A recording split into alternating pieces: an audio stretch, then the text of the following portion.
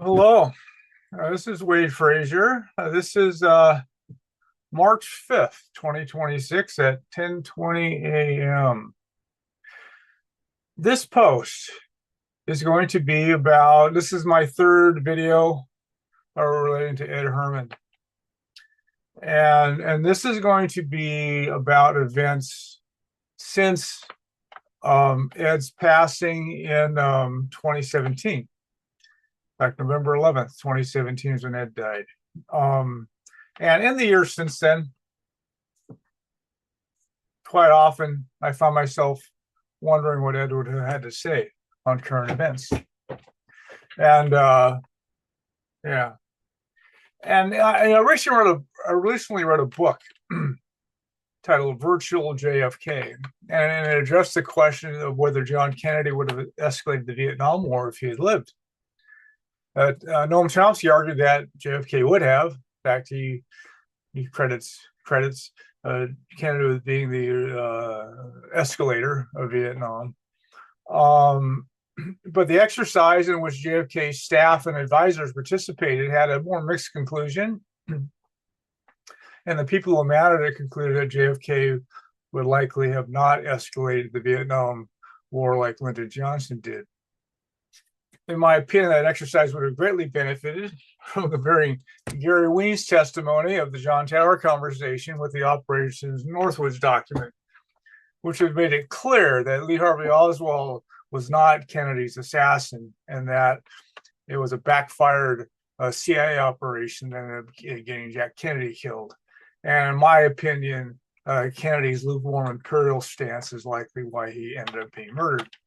Probably by domestic interests, be my guess.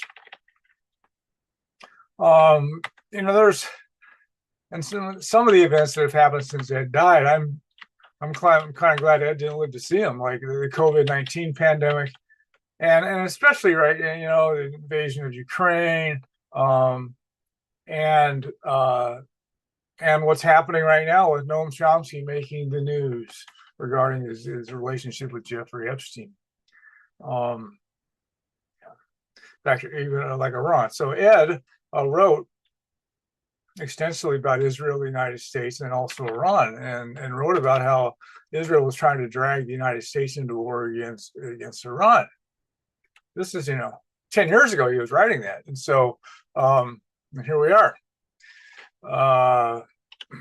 Yeah, so the ongoing American-Israeli attack on Iran wouldn't have surprised Ed at all. And he long wrote about what a terror state Israel is. So the genocide in Gaza would not have been surprising to Ed. And he would have written about it a lot. So yeah, Ed would have been busy. Lots of topics to write on that he'd already written on for years. Throughout his writing career, Ed wrote about the USA's hostility to the Soviet Union and Russia. In fact, his last articles, the only articles were published in his last year of his life on the internet, were about the hysteria over Russia in the media that had been going back a century. Yeah, Ed traced it back to the Russian Revolution, a century earlier. And Ed wrote about the American-backed overthrow of Ukraine's government. Ed called it a coup. I think that description fits, and the resultant civil war. And again, Ed was always about the media's, wildly imbalanced coverage of such events. And Ed would not have been surprised that the civil war that the overthrow of Ukraine's government precipitated when Russia entered that war. It's called the invasion, but really Russia was entering a civil war against ethnic Russians. That's really what was happening, really what did happen. Ed would have written on that topic extensively.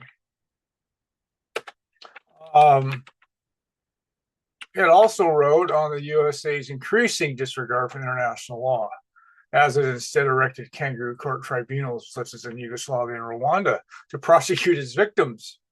Trump's attack on Iran right now, basically gives a finger to international law, because the law of the jungle is prevailing these days. It's all about power now.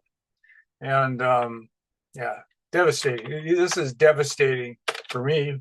What the United States now is doing to Iran, as the empire rampages on without even a pretense of legality and all this kind of stuff. It's just, but it's more the same. So it's just, but it's definitely. I think Ed would agree that it's gotten worse. Amazingly, it has gotten worse. One of our exchanges, Ed stated that one of his hobbies was following an aspect of astronomy. He didn't say what aspect that was. That's another reason why I think he and Brian O'Leary would have gotten along great, because Brian was an astronomer.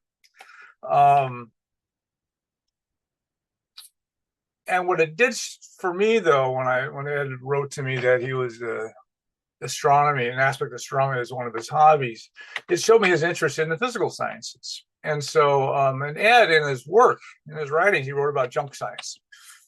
And junk science, the way Ed defined it, was the misuse of scientific findings for corporate propaganda. And his basic theme was corporations keep inventing these new chemicals and everything else, and they're very harmful.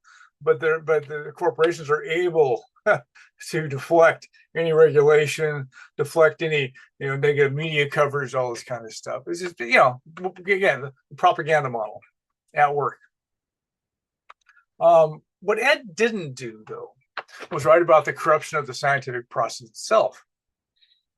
And I've had to wonder, but why Ed didn't do that? And I think that, and what I've seen with the left in particular, with its often materialistic stance, that there's a lot of scientism there, which is the worship of science as some sort of sacrosanct, divine kind of thing. And it's a process. Science is a process, and it gets corrupted like anything else does. And so, like the media does. Yeah. So basically, if you have conflicts of interest in the scientific process, then the scientific process will become corrupted. And biomedical science, even the defenders of science consider biomedical science to be the flimsiest and most corrupt branch of science. And I think that was never more apparent than during the COVID pandemic. And in fact, millions of Americans, I think, awoke to the racket during the pandemic. I mean, stuff that I never thought I'd live to see was going on.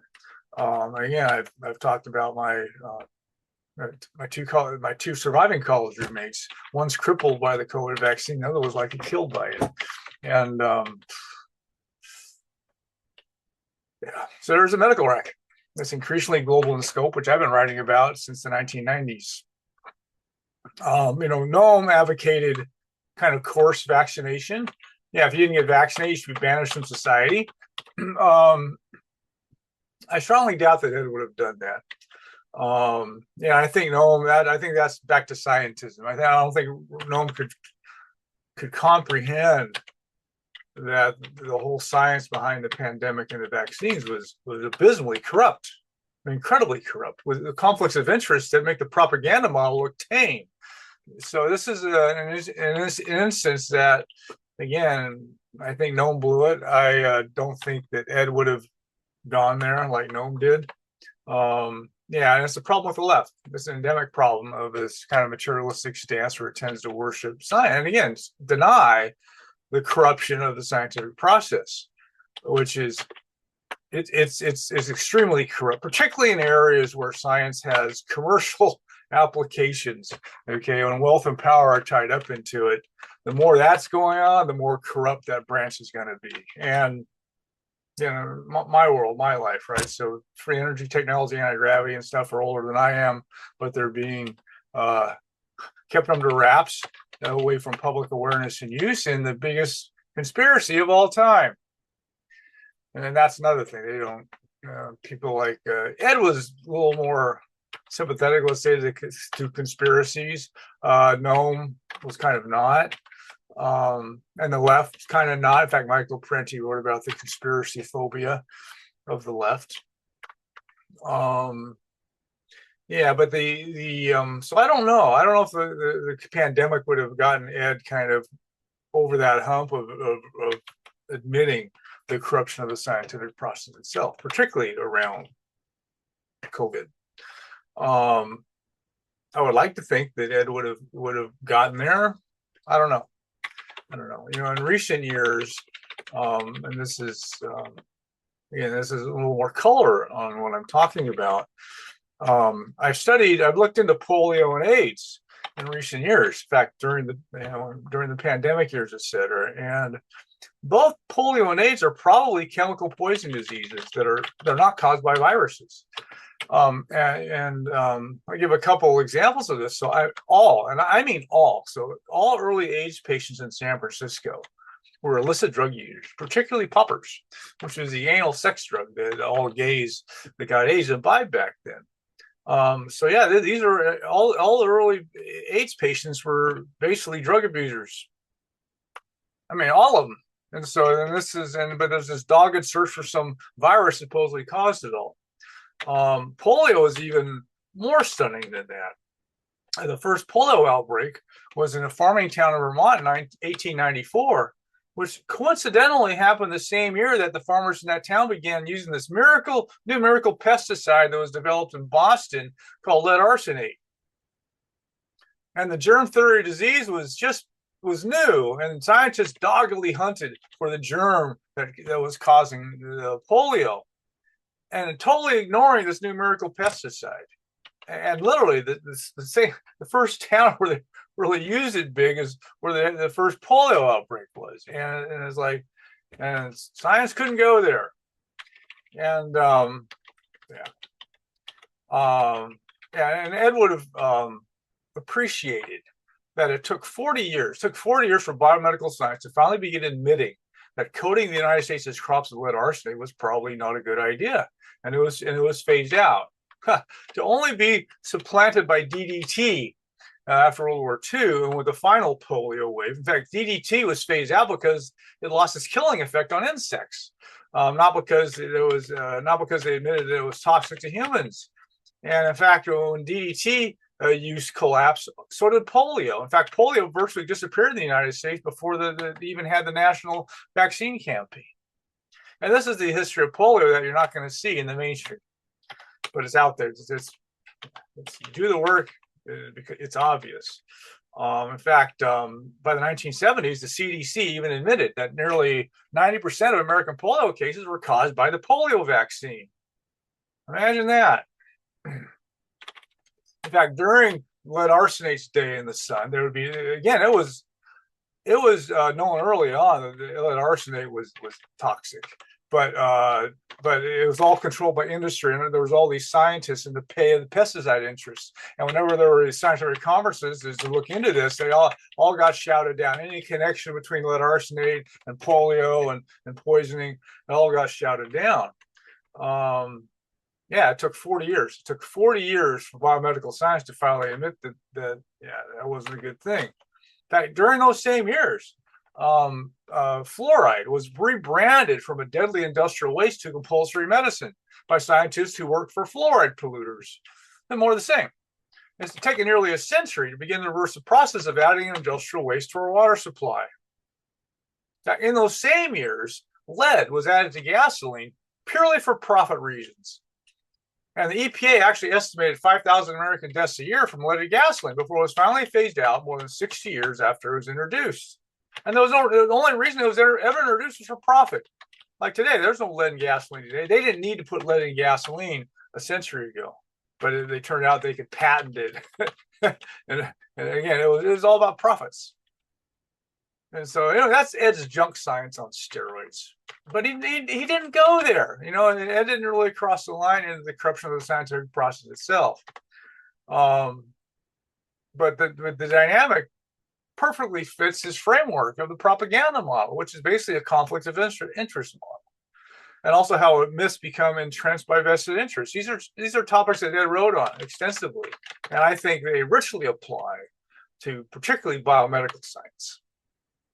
Other branches are also affected, but biomedical science is the one that's near and dear to my heart, and I've just seen for so long. So with the COVID pandemic, I finally moved Ed over the hump. I don't know. I would have tried to help him on that, don't know if he would have accepted my help or not, but I would have tried. And again, the data is out there. It's from start to finish, COVID was this abomination.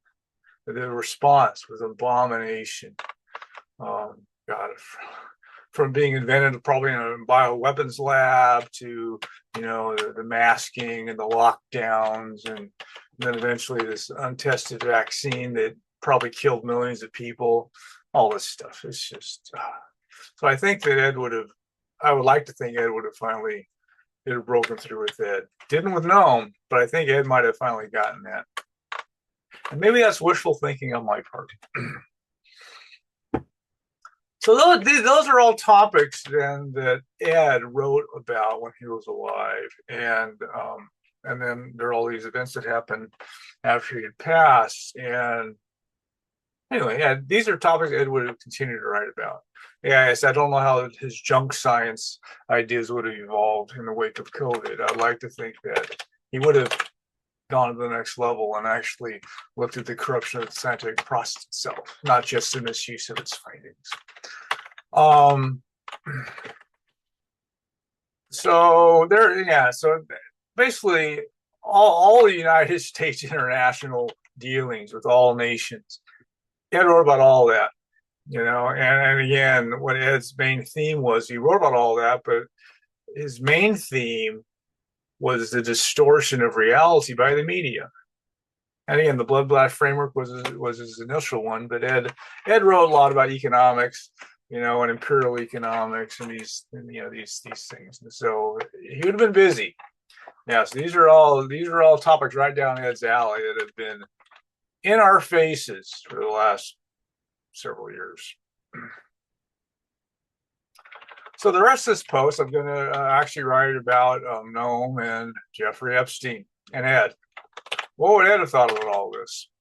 And I've written about the Epstein issue in the past a little bit, but I'm going to do a little summary here of this. I have more connections to the spook world than I want, far more. And this goes back to when I was a young man. One of my close relatives was a CIA contract agent who worked for Henry Kissinger, who nearly tried to recruit me into the business. And he drank himself to death. If you're not a psychopath, when you kill people for your job, you tend to drink yourself to death or something like that. And he did. My former partner, Dennis Lee, he was in special forces there in Cambodia and Vietnam, killing people. The spooks were involved in my days with Dennis. From the very beginning of my days with Dennis, spooks were definitely involved. Both they call them white hat and black hat factions of the global elite. The spooks are actually one of the global rackets are actually intelligence. According to people I respect in these areas, the CIA offered Dennis $1 billion to fool our operation before we had the boom lord on us, which is 100 times the offer the year before, which is a standard dynamic in this rarefied air. In fact, after Dennis rejected their offer, then we got the boom lord on us. And Dennis shouldn't have survived the experience. And my life was shattered. Many lives were shattered and shortened. And then years later, the spooks actually kidnapped a close friend of mine and gave him an underground technology show where they showed off anti-gravity, free energy, and a whole host of exotic technologies that are not on the market today, that are only fantasized about in conspiracy circles. But this stuff's real. And I've been around this stuff too much.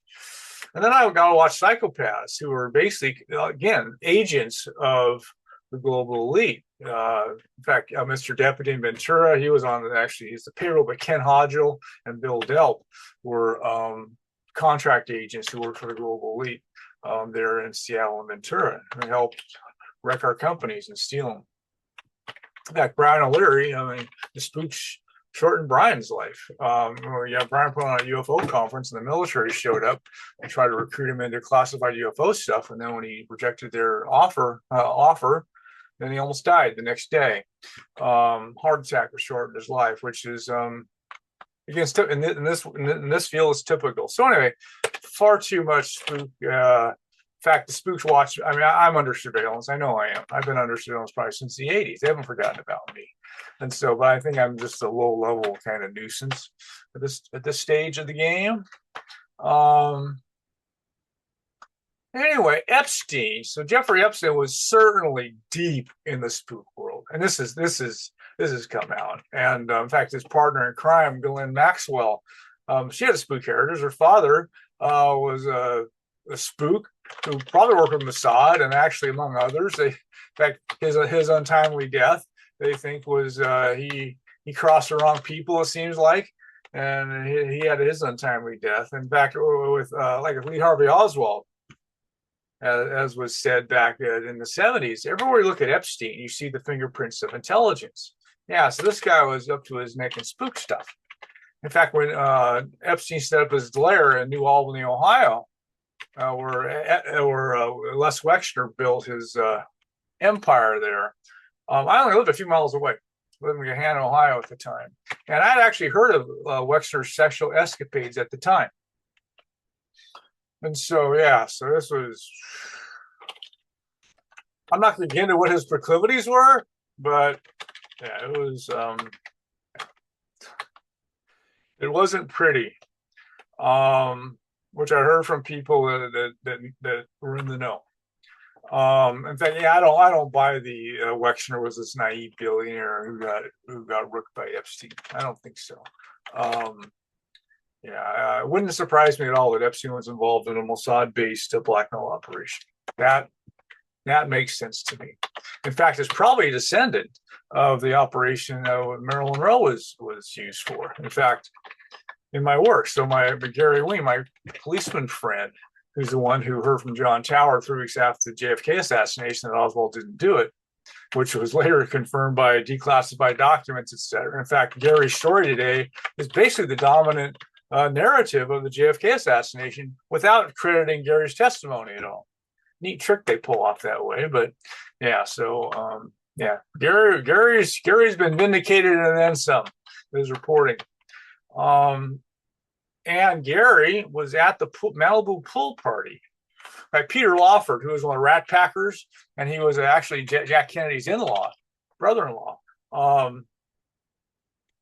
Gary was at the pool party where Peter Lawford's home, where John Kennedy was introduced to Marilyn Monroe back in 1960 at the Democratic National Convention. That's where the Democrats nominated Kennedy for the presidency. And Gary knew that Monroe was being used by Mickey Cohen, who was a Jewish mobster who ran the LA crime scene, and Menachem Begin, his close buddy Menachem Begin, this mass murdering terrorist who eventually became prime minister of Israel and won his Nobel Peace Prize. Yeah, they were using Monroe in an intelligence gathering and blackmail scheme against Jack Kennedy. In fact, Gary was also at Monroe's home the night she died. And I present the dot again. I have the Substack post that accompanies this, and you can take the links and you can read all that. Yeah, he was there the night she died, and in fact, she was not visited by Bobby Kennedy, as legend says. She was visited by one of Cohen's underlings, basically her handler. And so basically, Monroe was killed because she knew too much, and she was starting to get talkative, and so. Yeah, this was, she had to be silenced, and so she was. And anyway, this was, I think, an early version of what the Epstein operation likely was, be my guess. And is that ever going to come out, really? I don't think so. I think that is deeply covered up in the 3 million pages of documents, etc., that implicate Noam Chomsky and Bill Gates and Elon Musk and Prince Andrew and Bill Clinton.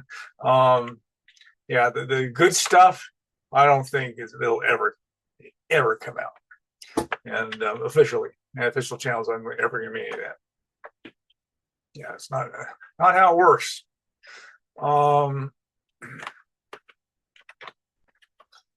Gary, he actually was the originator of what's called the Israel Digit hypothesis on the Jack Kennedy assassination. And I mean, Jack Ruby was a Jewish mobster who Gary saw Mickey Cohen back in the 40s, and he had a conversation with Ruby, and Ruby was no two-bit nightclub owner that the Warren Commission portrayed him as. He was a high-ranking mobster who used to work for Al Capone, and so so Jack Ruby's involvement alone, you don't have to connect too many dots to see Israel's involvement in that, and they were definitely a beneficiary of the hit. But I think more it was domestic. So Daniel Seaham's reporting that he heard from mobsters that Alan Dulles is the one who greenlit the operation that got Kennedy killed. That makes sense to me. And I think that's closer to the truth. We'll never know the whole truth, but I think that's closer to the truth. And I think again, the Jack Kennedy assassination was Dwight Eisenhower's warning about the military-industrial complex come to fruition. And in fact, the MIC has run American foreign policy ever since, and all the presidents have been puppets. That's my take. And so people like Oswald and John Tower were just double-crossed chumps, came to untimely ends and all that. Yeah, they'll never be fully unraveled. But the idea that Oswald was the blown-up commie, that's the most ridiculous theory. Another interesting wrinkle in this, as I was getting into this and reading about it, in fact, one of my buddies tipped me off on this, was that Epstein, he bragged about helping kill cold fusion research in the United States. Yeah, Pons, he helped direct his career. In fact, he also, Epstein wrote about his involvement with the head of the Mormon Church. And again, our companies in Ventura and Seattle were wiped out and stolen by Mormons. And so it was 20 years later that I heard Stephen Greer say the Mormon financial empire was a ringleader of the global elite who suppresses stuff like free energy, et cetera. And so hearing Epstein getting involved in wiping out cold fusion, which would be, to me, that's free energy stuff, and basically abundant, harmlessly produced energy. How much do you want? And it's harmlessly produced. That's all the stuff I call free energy, and that it has those features. And it doesn't surprise me. Well, again, Pons and Fleischman worked in Utah. This is another interesting wrinkle. But my opinion is that any alternative disruptive, any potentially disruptive energy technology is going to have very few allies and many enemies. And the organized suppression that we experience can originate at the global level, at the national level, at the state level, at the county level. I've seen it all. Lived through this stuff, and so it's a thing where, to me, it's more of the same. Yeah. So again, it was interesting. Not very surprising that Epstein was probably involved in stuff like that, of suppressing, potentially disruptive energy technology. And this is how it works. And again, my writings get into this in great depth. And again, beginning with my experiences in this field and the experiences of my fellow travelers. So basically, you take a global, national, state, county, corporate level, they're all playing the same basic game of power and control, and they're not going to let anything upset the apple cart. And this is how the rackets operate. And so, so free energy tech's older than I am, but there's definitely interests that don't want that to get into the public's hands. And that Epstein may have played some role is not surprising. Back to spooks, etc. So that's kind of not surprising. I don't think Epstein was too high in the pecking order. Yeah, it looks like, I'll agree that he died there in jail. I strongly doubt that he committed suicide in jail. Yeah, I think he was just an expendable asset. And again, once it got too hot, they had to take him out. That's my take on it. Yeah, the suicide in jail thing. In fact, even before he so-called committed suicide, people like me were watching going, he's not going to live very long. And he didn't. And so, I really doubt they committed suicide in jail. These days, almost every day, another luminary gets associated with Epstein. Trump, Clinton, Prince Andrew, Gates, and Elon Musk. And that's all old news. But recently, Stephen Hawking and Lisa Randall are also part of these Epstein files. In fact, Hawking actually went to like, nightclubs, with girls at nightclubs and this kind of thing. And in fact, Lisa Randall, she's this Harvard professor. She's kind of, it's like Hawking. He was like, how to say it, that he was in a wheelchair was really his claim to fame. And he was, let's call him a great physicist, but he became so popular, part of the popular culture because he was doing it from a wheelchair. He hardly, all he could do is maybe move one finger.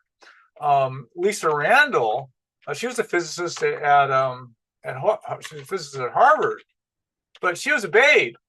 So it was like she was a babe physicist. So I think that's a lot of her notoriety came from being a babe. Well, anyway, so she and Hawking and Randall were also good close buddies of Epstein. In fact, Randall actually, in fact, I read one of her books, Dark Matter of the Dinosaur. Didn't think it was a very good book. And so, in fact, like it banged out on our lunch hour over the summer. And that's another discussion on periodicity and mass extinctions. Yeah, I don't think dark matter did it, but that's another story.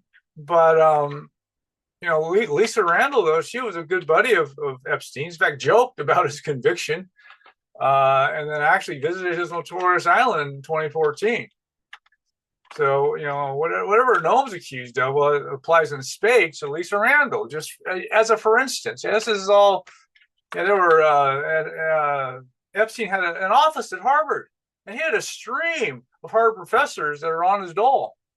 And this was, it's, how you look at how Epstein got his fortune, $500 million or something. He milked 2 billionaires in theory. Again, I don't buy it. I don't buy he milked the billionaires theory. I think it's a convenient rationale to sort of hide where it all really, hide what's really going on there.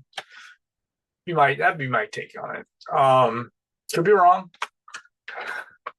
I doubt it was just innocent. Again, these naive billionaires who got taken for hundreds of millions of dollars by Epstein. I doubt it. Strongly doubt it. So anyway, Harvard was totally taken in. They accepted many millions of dollars of donations from Epstein and stuff as he basically bought intellectuals. Again, Hawking, Randall.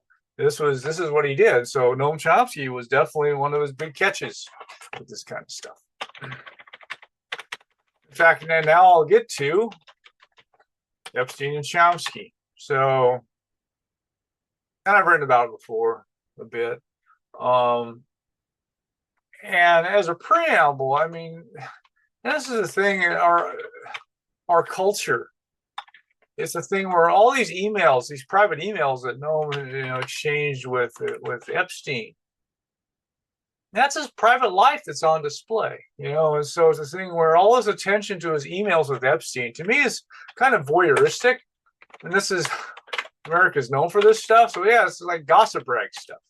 And I've had to, because of my position, I've had to go down this rabbit hole a fair ways over recent weeks and months. And I'll spare my readers most of the details, but again, the accompanying post will link to some of it. And so I think the most measured response that I've seen to the Epstein-Chomsky issue is by a guy named Tim Hursted.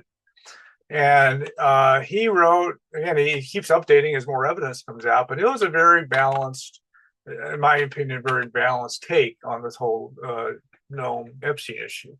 And so he admits that, some of Noam's emails were stomach churning. I get it. And I'll get that in a minute. And then Michael Albert was one of Noam's staunchest allies. In fact, Michael was, co-founder of South End Press, which published the first book that Noam and Ed did that wasn't censored. He was one of the founders of Z Magazine. In fact, he's the patriarch of Z Magazine after Lydia Sargent died.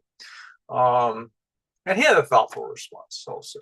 Basically about try not to have heroes. And we still have them, but you try not to get in. The left tries to get out of being, hero worship stuff.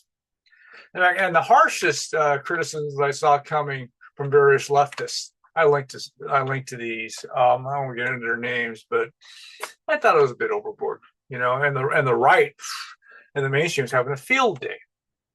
In fact, I'm going to link here in this post to standard stuff I see coming from the right, and it's just they recycle the same old lies, And so here's Noam, the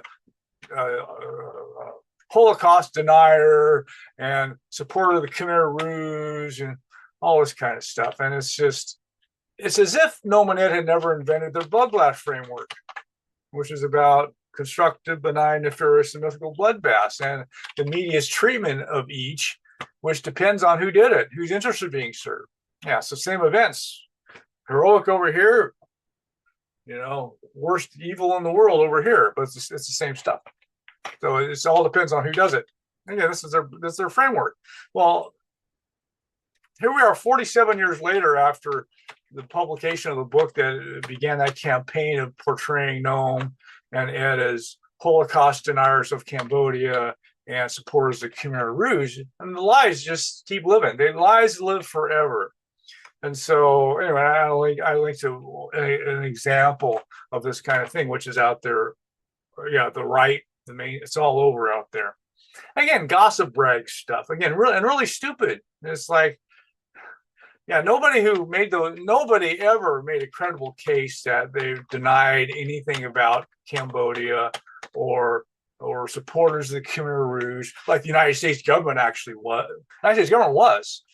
Like after the Vietnamese overthrew the Khmer Rouge, the United States supported Pol Pot for another 12 years. Yeah, it's nutty to be portraying Ed and Noam as Khmer Rouge supporters. But as Ed noted, the lies live forever. No matter how many times they're exposed, the lies live forever. And in fact, it brings up Brian O'Leary's question of whether humanity is really a sentient species, or brings up the chief lesson of my journey, which is personal integrity is the world's scarcest commodity. That's some combination of the above. Is that?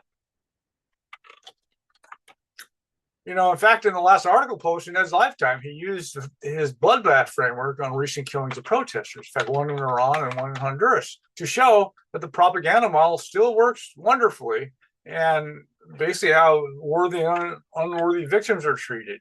In fact, at the same level, statistical level, that is worthy and unworthy analysis in manufacturing consent was.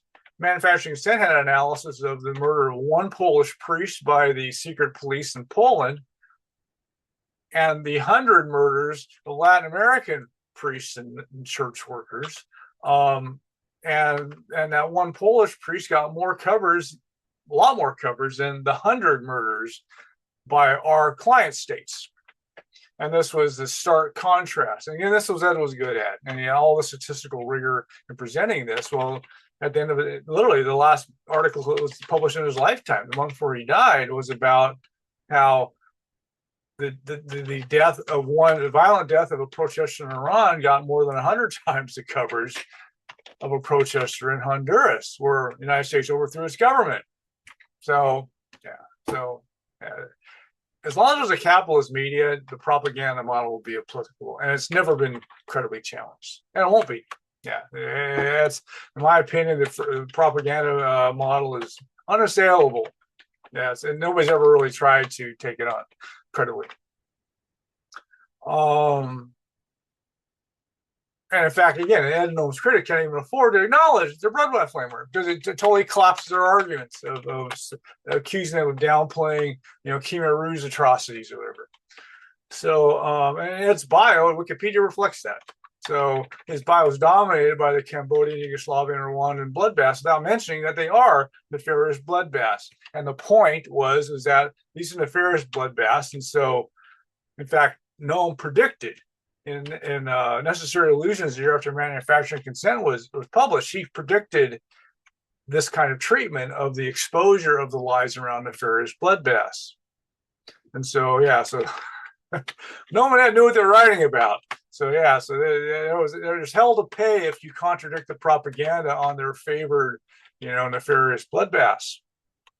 Yeah, and so then, and Ed's Wikipedia biography today is still that way. It's still all about his support for the Khmer Rouge and Cambodian genocide denial and all this kind of stuff, and which is all lies. But that's how it works.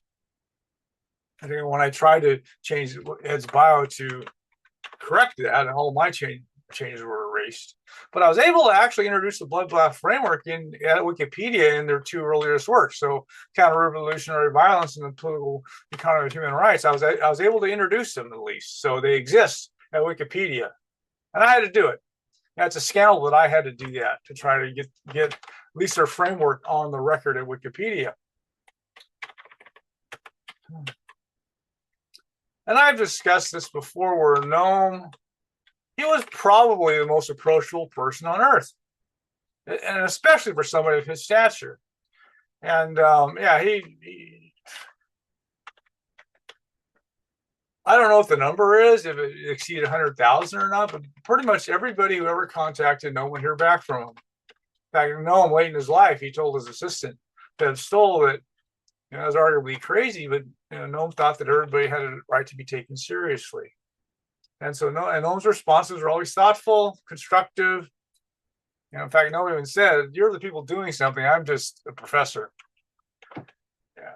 In fact, one of the funny events, and I linked to this, it's funny, where Sacha Baron Cohen pulled one of his stunts as this Ali G kind of guy with Noam. We visited Noam there at MIT and acted just crazy, right? The typical Cohen stunt, and like Barat kind of stuff, right? And Noam actually good-naturedly tolerated. In fact, did a fist bump with Cohen, but his assistant wrote about this, where after Cohen left, Noam sort of walked out of his office kind of dazed by the encounter. And he said, "No more men in gold suits." So but yeah, Noam would see everybody, and so it was easy to approach Noam. And what came through in Stoll's book, so her memoir, I reviewed it here last year. Bev Stoll, she worked for Noam for 24 years, I believe, at MIT, and what came through in her book was how protective of Noam those close to him were. And at MIT, Noam was actually in an office suite with other professors who were fiercely protective of him. In fact, they're the ones who interviewed and hired her, Bev. And in fact, they didn't want a Chomsky groupie. And so when she basically, one of the professors asked her if she knew what manufactured consent was, if she heard about it, she didn't. And that was kind of like almost the next word was, "You're hired." And they didn't want somebody who really knew much about Noam's work. But she ended up falling in love with Noam. She herself was a lesbian in her late today, but she loved the guy, and that came through really, really clearly in his book. And she ran interference from him all the time, trying to protect him, as a professor did. But his greatest protector was his first wife, Carol, and they were married. They got married when they were like about 20. And so, but she died in 2008. And again, Bev Stoll said that Noam had a hard time saying no, and people had a hard time accepting no from no, and so he got worn down. So he would try to, like, "I don't have time for this," etc., and people would just keep being persistent and would wore him down. And so that's where he really relied on people like Carol, Bev, and his other professors to protect him from people who were, how to say it, they didn't have Noam's best interests at heart, let's say. But anyway, when his wife died in 2008, he lost his greatest protector. And then this woman named Valeria, who married him several years later. In fact, she seems to have been kind of a fangirl of his, who seems to have pursued him and begged him. That's what I'm getting from reading a lot of people who are writing about this. Some who are actually close to the situation. Some think she was a gold digger. I don't know about that, but what was definitely true is a couple of things. One is that his children didn't trust her, and then there became this big conflict. Again, very painful to know. He said it was just agonizing for him to have his children in conflict with his wife over his estate, basically. In fact, Carol's estate, his wife's estate, but it was also his estate that was this big, ugly situation. And then Epstein, who was, again, has his own office at Harvard, etc., he came to the rescue. He actually rescued Noam from the situation, and to Noam's gratitude, which is understandable. So again, Epstein collecting intellectuals like that, well, he became very helpful for Noam, and to Noam's lasting gratitude, which was, I get it. I get it that happened. And again, if Carol was still alive, it might not happen. And then, in fact, Noam then left MIT, and basically his Valeria is his basically his social manager. And in fact, she's the one. I think this comes through clearly, is that she's the one who started getting Noam to play the celebrity game and get celebrity perks like what Epstein was offering. And so this was apparently this was her doing. She loved staying at Epstein's palaces and this kind of stuff. And so this came out. And so I think, again, Noam was in his 80s and 90s when all this stuff with Epstein was going on. And, I get it. His wife dies, he's in his 80s, feeling bereft, I'm sure. And he has a wife, he gets this new wife who's, 30 some years younger than he is. And you can see the path that he ended up going down, and kind of was led on that path. And I'm just, it's really been heartbreaking for me to witness that, what happened. And again, I linked to a few threads out there, Reddit threads, etc., of discussions. There's some good quality discussions there of what people think happened. Again, some people who are kind of close to the situation. And my assessment is in fact, I'll quote this, and this is the one that got the greatest reaction, was in an email to Epstein when he was being accused there in, I think, 2018 for all of his abuse of women. Noam wrote, a little snippet is the hysteria that has developed about abuse of women, which has reached the point that even questioning a charge is a crime worse than murder. And that's the one that I think most of Noam's erstwhile leftist allies, they took the greatest exception to that. Over the years, I've seen Noam make statements that are like dramatic, maybe over dramatic like that. Like a number of years ago, he called Trump the worst criminal in human history. Hitler might have something to say about that, but that's Noam. And when Noam would make these kind of statements, these kind of bold, like over the top statements, I would have to get into his arguments and evidence to understand what he was saying.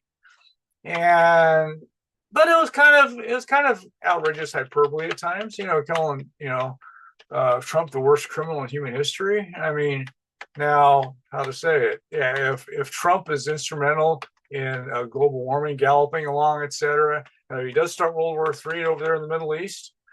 He's going to figure large if there is a history after all that. He will figure large in that. Absolutely. Yeah. For a guy, and again, all presidents campaign on peace and they make war. This is a universal among American presidents. They always talk about peace, but they get in office, it's always about war. And again, in my opinion, it's because the MIC is giving them their marching orders at various levels of subtlety.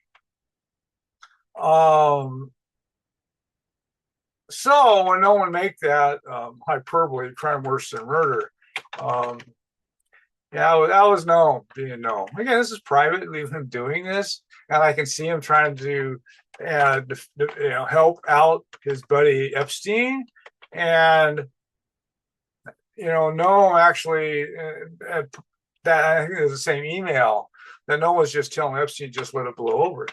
Because Noam said, that's what I do when I get attacked. And so just let it blow over. And Noam has been attacked regularly for the past 50 years or more. So I get that. So the Me Too movement, definitely, which Noam was referring to. The worse the murder part, I can see that. And Noam wasn't referring to women who were abused. That wasn't it. It was just the whole thing now where it had become any allegation became, went through judge, jury, and executioner. And so people had their careers ruined Me Too movement and related cancel culture. And so, and that's what he was referring to. In fact, in his last interview, I believe it was a Piers, he wrote about, he said, he actually said the cancel culture had been directed at the left for so many years. So many professionals and stuff lose their careers, et cetera, for speaking out against the empire. But he also said there was a small segment of current youth on the so-called left who was also doing the same thing. He said that I'm almost saying that's wrong. People shouldn't be doing that. And in fact, when he made that statement in that last interview, he followed it with, like a minute later, he basically said his personal life's not important. The interviewer tried to get into Noam's personal life and stuff, and Noam said, my personal life's just not. It's not important when dealing with the world major issues that he dealt with. He didn't think it was that way. Like Ed Herman was the same way. Ed said, I have no biography. Ed always was about his work. He didn't want to talk about his life. Like I didn't know Ed was Jewish till after he died. So that's how non-disclosing Ed was about his life. Yeah, it wasn't easy being Ed's biographer when Ed was very close to the vest with his own life. And again, it was a thing where he just felt that it wasn't important, and he thought the subject matter and his work on the subject matter, that was important for the public, not his private life. And Noam was the same way. He just said, my private life's not important. So it's interesting that this is all about Noam's private life that's getting splashed around, and there's no evidence that Noam participated in Epstein's crimes or really knew about him. The earlier conviction, etc. And there's a lot out there on this. So Noam knew something about it, but it was just pretty much. And again, Noam had this issue of when people serve their time, they should deserve to be reintegrated back in society. So Noam was not the person who would treat somebody like a pariah for a prior conviction, etc. In fact, even like the Bannon guy, Noam was like he'd talk to anybody. So yeah, he'd talk to people like Bannon. He talked to ex-prime minister of Israel, who Noam considered a war criminal, but he'd still talk with them, try to find out what he could. That's how Noam operated. And it wasn't just men being targeted by the cancel culture. So Kara Dansky on my blog roll, she was a human rights attorney. And when she started speaking out about the trans craze, which she thinks is an assault on women and children, which I agree with, career was over. Yeah, she got canceled out of her career for speaking out on the trans craze. And so this is, it's not just targeting people like, Epstein or whatever. It was, Hollywood figures. It's been pervasive. And again, it's just an old human witch hunt mentality, right? So it wasn't just men suffering from this cancel culture. But Epstein was probably the last person on earth who could have really credibly claimed to be persecuted by that movement. But Noam bought Epstein's explanation. To Noam's lasting, eternal regret that he bought Epstein's explanation. Yeah, so Noam, and that's the letter that Valeria published here a month ago or something. She admitted that there was definitely a lapse in their judgment. And again, I just have to think that if Carol was still alive, none of that would have happened. Be my guess. If he had been still at MIT with Bev and the professors, etc., protecting him, I don't think it would have happened. Be my guess. Yeah, Noam was. He was vulnerable, arguably naive, as academics often are. So and again, it wasn't like. How to say it? It wasn't a relationship wasn't even public. So Epstein didn't even get any mileage out of it publicly, even though Noam did write a letter of recommendation, apparently, which his wife admitted to. There was some controversy over the authenticity of it, but Noam apparently did write a letter of recommendation for Epstein, which never got sent anywhere, never got signed. And then people reading that are going, "Man, Noam, how could you do that for this guy?" And so, so these are definitely lapses in Noam's judgment in his old age. That's my take on that. Noam couldn't say no. This is part of Noam's problem. Not having a hard time saying no to people. It's not a terrible character flaw, but yeah, but he was easily taken advantage of by people. In fact, after Carol died, in fact, as Stoll wrote in her book, no one was taken advantage of. Like his home repair business ended up paying more than he paid for his house for some home repairs by these unscrupulous, handymen, etc. So yeah, this was an issue with Noam. His trusting nature, trying to see the best in people, this kind of stuff, which is an article of faith among the left. So I get it. And the hazards are people like Epstein for somebody like that. For again, Noam was definitely a big. It was some big game that Epstein bagged, absolutely. But in Valeria's defense, Stoll said that when she came into Noam's life, that was as happy as she'd seen him in his later years. So, and again, the whole thing of his children not trusting her, then having this dispute over the estate. Okay, it's unfortunate, ugly, and normal. I mean, it's just will scarcity and fear, these things happen.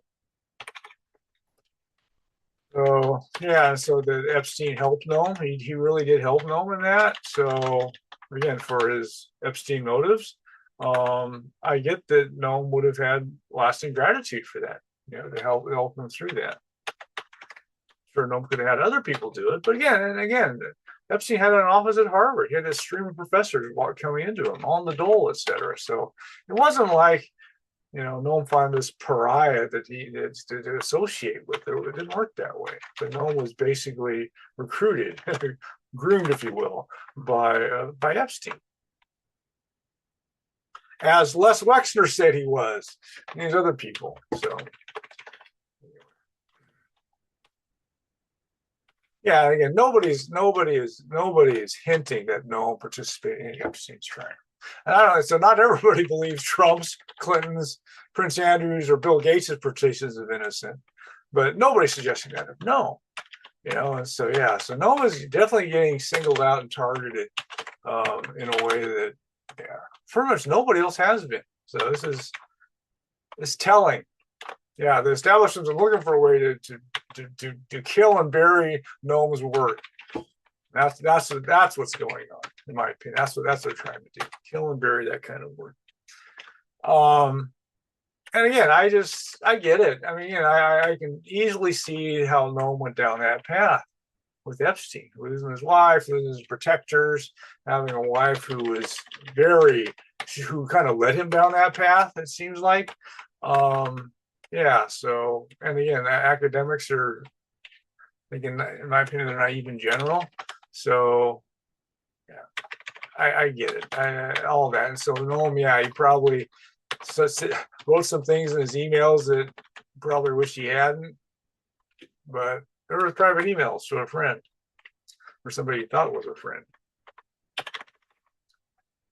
So that's my take on the whole Epstein thing. And then my last section here is what might Ed have said about the whole Noam and Epstein situation. And I'm sure it would have been very painful for Ed. And he was a close friend of Noam's. In fact, in the tribute, previous videos, that I linked to it, where Noam gave a 15-minute tribute to Ed the year after he died, and he was a close friend. They didn't see each other often. Noam said he only met Ed 2 or 3 times. But he said if he probably wouldn't recognize him walking down the street, kind of situation. So yeah, Howard Zinn was a close friend of Noam's, and Howard and Noam were actually, I'd say, closer. Their families are really close, etc. But again, Noam deflected questions about his personal life, and so did Ed, and so they just didn't think it was relevant to their work. In fact, I linked to a late life interview of Ed when he discussed how the propaganda model had fared 25 years after manufacturing was published. That was like 5 years before Ed died. And as can be seen in that video, Ed's office was a disaster, just like Noam's home office was. Yeah, so my office isn't as bad, although when I was writing my book preview here a couple of years ago, that was my office looked pretty bad. But since it's about as tidy as it's been in a long time. So I can always say my office is cleaner than Ed and Noam's was. And so Ed's, so it's gone. And so it's a thing where, this virtual Ed aspect of this is, it's perilous. I would be foolish even venturing a guess on what Ed would do. But my guess would that if Ed would have gone publicly, so Ed defended Noam publicly quite a bit, particularly all the attacks, particularly after the Cambodia stuff, and but all the way to the end, Ed was a staunch defender of Noam's, and he was a close friend. He was a very loyal friend. Again, everybody knew Ed loved him. That was my take when after he died, I saw that. And Ed, I don't think he would have been silent. I think he would have had to say something. And so, and my guess has been in the ballpark of Michael Albert's take, and maybe Tim Herstadt's to some degree. Yeah, Ed probably would have noted Noam's lapse in judgment that led him down the Epstein path. And I'm sure Ed would also said Noam had nothing to do with Epstein's crimes. And I think that Ed would have also said that it had nothing to do with Noam's work. His political work, his linguistics work, none of that would have really been impacted by that. In fact, Ed, so in their writing partnership with Noam, Ed is the guy who brought all the statistical rigor. If you read their books together, you see these tables, worthy, unworthy victims, and et cetera. And Ed used all that statistical rigor. He took a scientific approach to these things, which, again, are reproducible. He'd actually also provided information so other people could reproduce his work. That's what scientists do, and then his work was about, really, his media work was about showing the ideological bias in the media. That was his work was intended to demonstrate that, to show that. And so, and Noam's work was similar. Noam didn't have Ed's statistical rigor, but Noam, his style was just to present the facts, and he'd do some interpretation, but what Noam was big on was presenting the facts and let his audience figure it out for themselves. And that's what he did. And again, this is back to his faith in humanity, et cetera. He goes, you people can figure this out. This is not right. Noam was always into politics is not rocket science. Anybody with a modicum of intelligence and a little gumption can figure this stuff out. It's not all this. Yeah, and this is what the establishment hacks and stuff try to make it into these all arcane, mystical, mystifying kinds of things like, what's happening in Israel is not easy to understand or whatever. No, it's not. It's easy to understand. Noam made that in his last book. He made that very clear. Israel, because of all the oil there in the Middle East, and Israel, Jews were white, Ashkenazi Jews were white people. The United States thought they were going to be great allies in keeping down the Arabs, so they wouldn't hog, so we could get, how to say it, so they wouldn't control the world's oil. That's about. In fact, overthrow of Libya's government, invasion of Iraq, we're doing Iran today is all about the oil. And so, where was I going with that? Oh, so anyway, it's the thing where anybody can figure that out. It's not really hard to figure out. Again, Israel. So Noam just said Israel was an imperial wannabe, which was essentially an appendage of American foreign policy, because of all that oil there. In the left, there's a lot of, how much is Israel the wagging the dog of the American empire? That's out there, and that's a. In fact, Ed even sort of admitted that in fact he wrote that over 10 years ago he was writing that Israel kept trying to get the United States to attack Iran because it was Israel's biggest regional rival, because Israel helped direct the United States to destroying Iraq and destroying Libya, and so Iran was next on the list. So absolutely. So again, not really difficult to understand if you get beyond the incredible propaganda that comes out of America's mainstream media and government.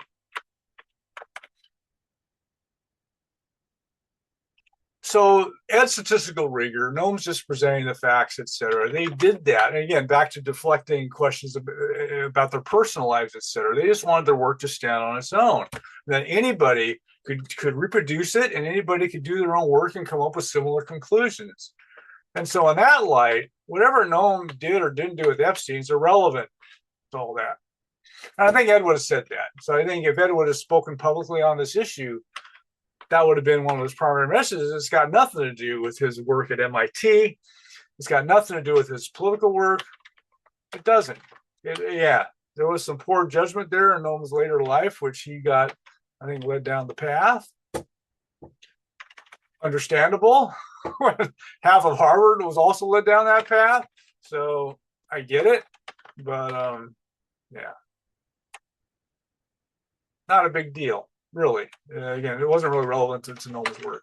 And Ed would have, if Ed would have spoken publicly, that would have been one of his, I think, one of his primary messages. It had nothing to do with validating or invalidating Noam's work, even though there's this huge outward today actually saying that all Noam's work, political work, et cetera, is now suspect because it is associated with Epstein, which is ludicrous.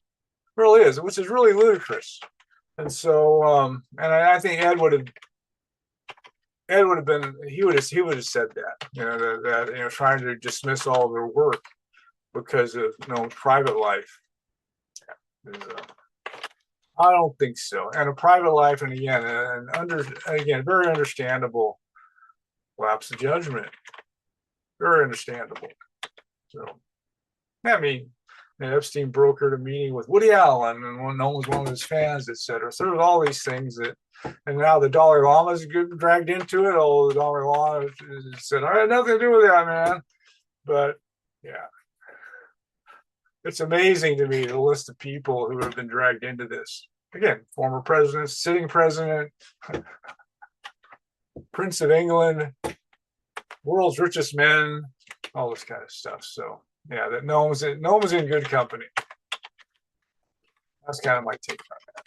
And so, yeah, and I don't think, Ed was such a loyal friend. I know he loved Noam. And so it's a thing where Noam would have felt sorrow over what's been happening with Noam's late life missteps and the whole Epstein saga now.